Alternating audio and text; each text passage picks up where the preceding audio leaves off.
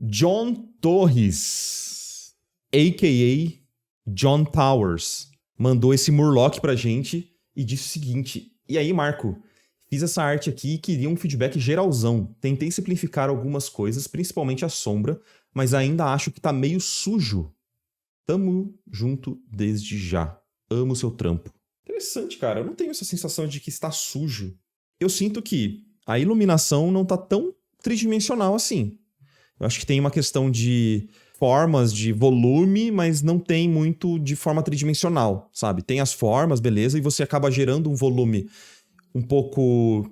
Eu não quero falar genérico, mas é o clássico, assim, sabe? Tipo, uma luz muito frontal no personagem e acaba meio que matando todas as sombras projetadas e possíveis volumes que você poderia ter gerado, sabe? Com sombras projetadas. Porque essa sombra aqui, de forma dos dois lados, isso não é um problema, tá?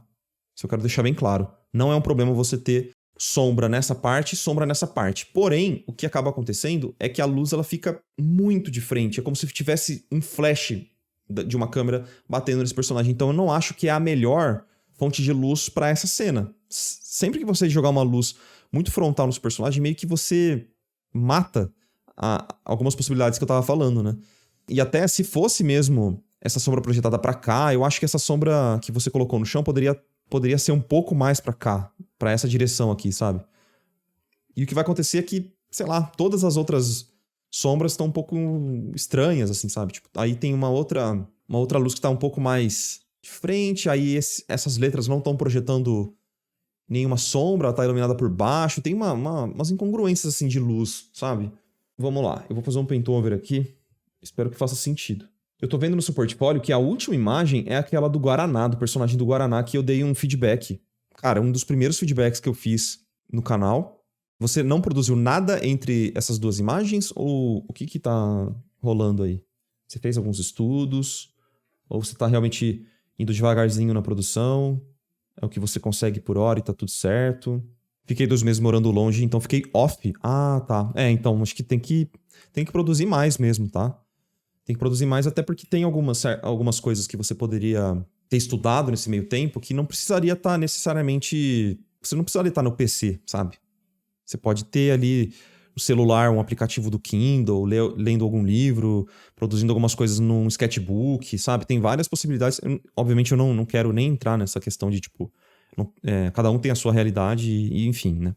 E são exercícios que você pode fazer de uma forma bem simples, de observação mesmo, sabe? Onde você tá, começar a reparar como a luz está interagindo com o objeto, se você conseguisse reproduzir isso de alguma forma, mesmo que no papel, isso ia ser muito legal, muito benéfico para os seus estudos, tá?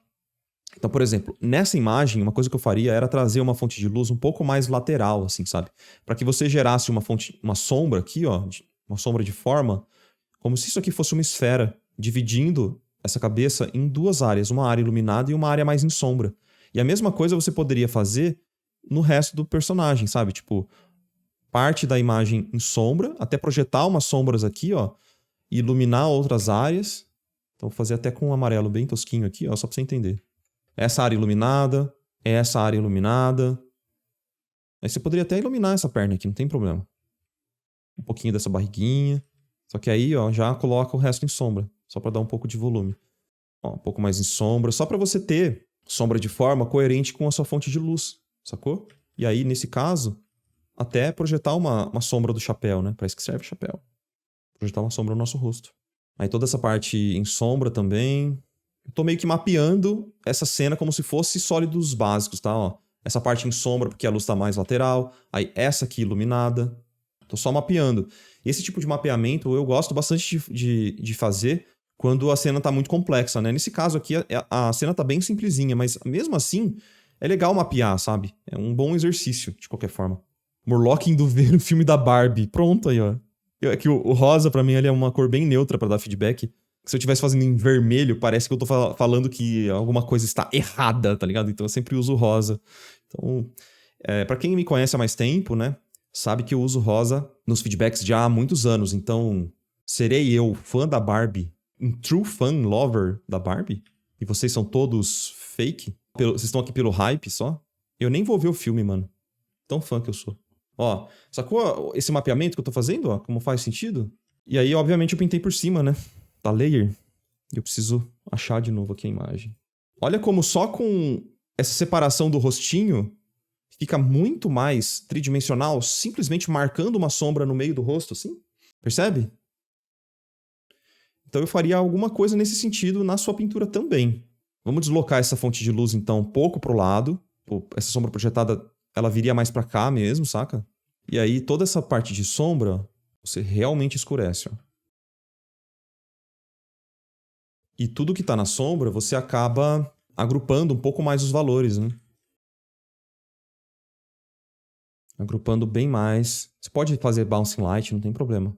É bem legal fazer. Só que aí você faz de uma forma bem mais sutil, sem criar tanto contraste nessa sombra.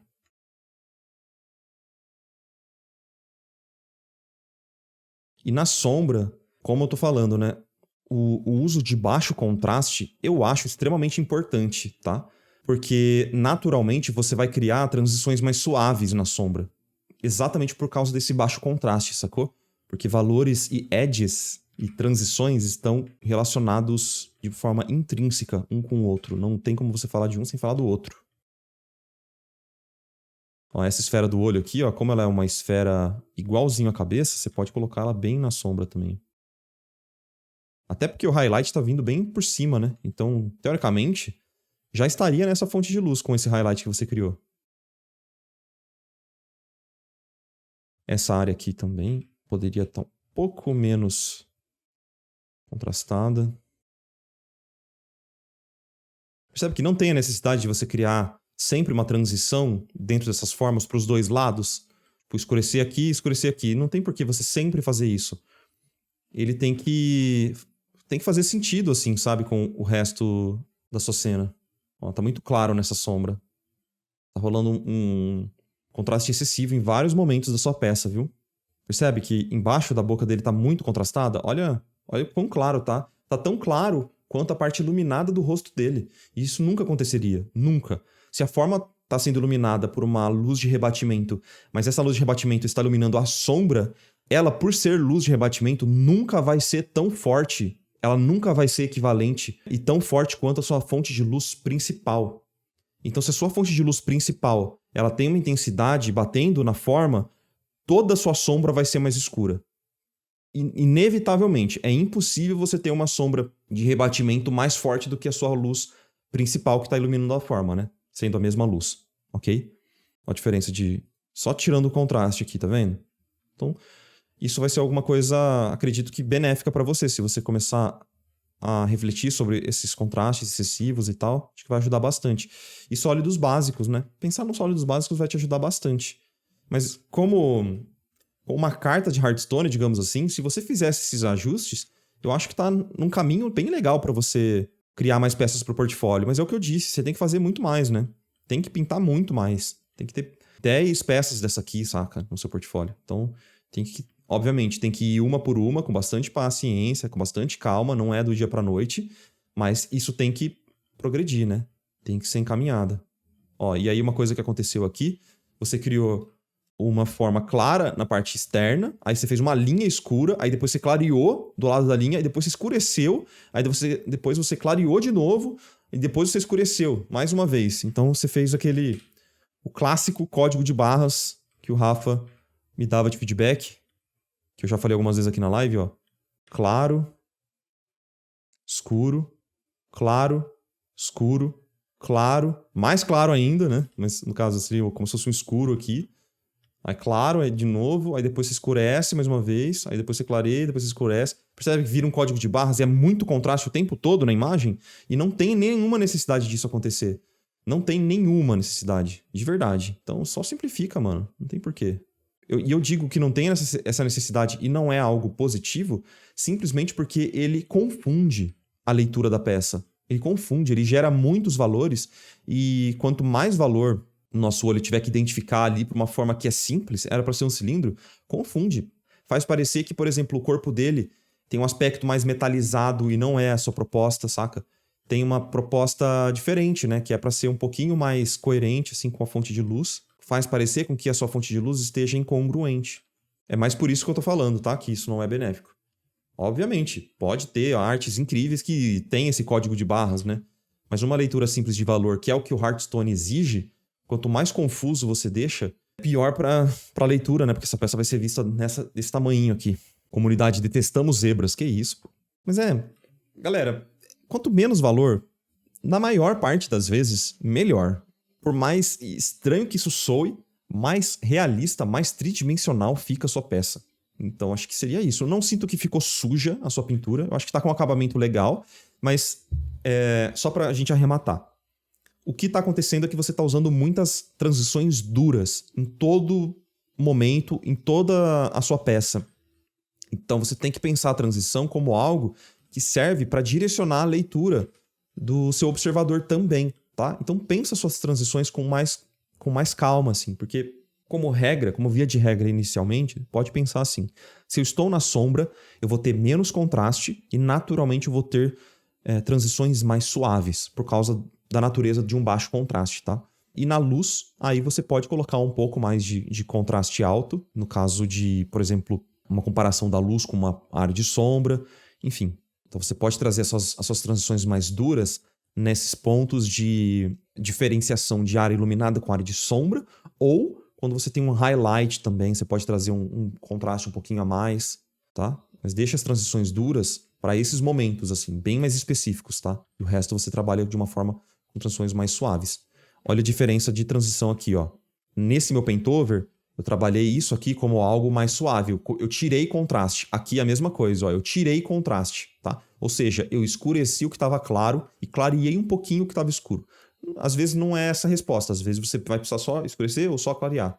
Mas nesse caso aqui, eu pintei de uma forma normal, com um valor mais escuro, para escurecer essa parte que estava muito clara. Na sua pintura, percebe que tem muito contraste aqui. Ó, muito contraste aqui, muito contraste aqui, muito contraste aqui. E você até fez uma linha para reforçar, aparentemente, ou é coisa do JPEG aqui, né? Da compressão. Mas aqui tem muito contraste, ó. Muito contraste. E tá tudo na sombra, né? Na verdade, isso aqui deveria estar tudo incorporado numa sombra. Tipo assim, ó.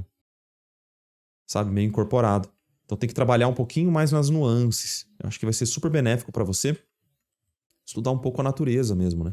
Fazer umas pinturas de observação da natureza, pensando nessas transições, tentando observar as transições, tá? Belezinha, John? Quando tu faz o antes e depois, dá até uma dor no peito. Não sinta isso, é só uma representação para responder aquelas suas dúvidas iniciais, tá? Não quer dizer que está errado. A sua pintura não está errada, só que ela está com uma proposta um pouquinho diferente do Hearthstone. O meu trabalho aqui, que eu tô fazendo, é meio que direcionar para que você atenda, se relacione um pouquinho mais com a proposta que eles acabam aceitando com mais facilidade ali para trabalhar com eles. De novo, eu consigo identificar com o Murloc, eu consigo identificar com o Cowboy. É pegar um pouco no pé para, de novo, direcionar você para um caminho mais próximo dos seus objetivos, tá? Analisando as suas imagens, é isso que eu percebo.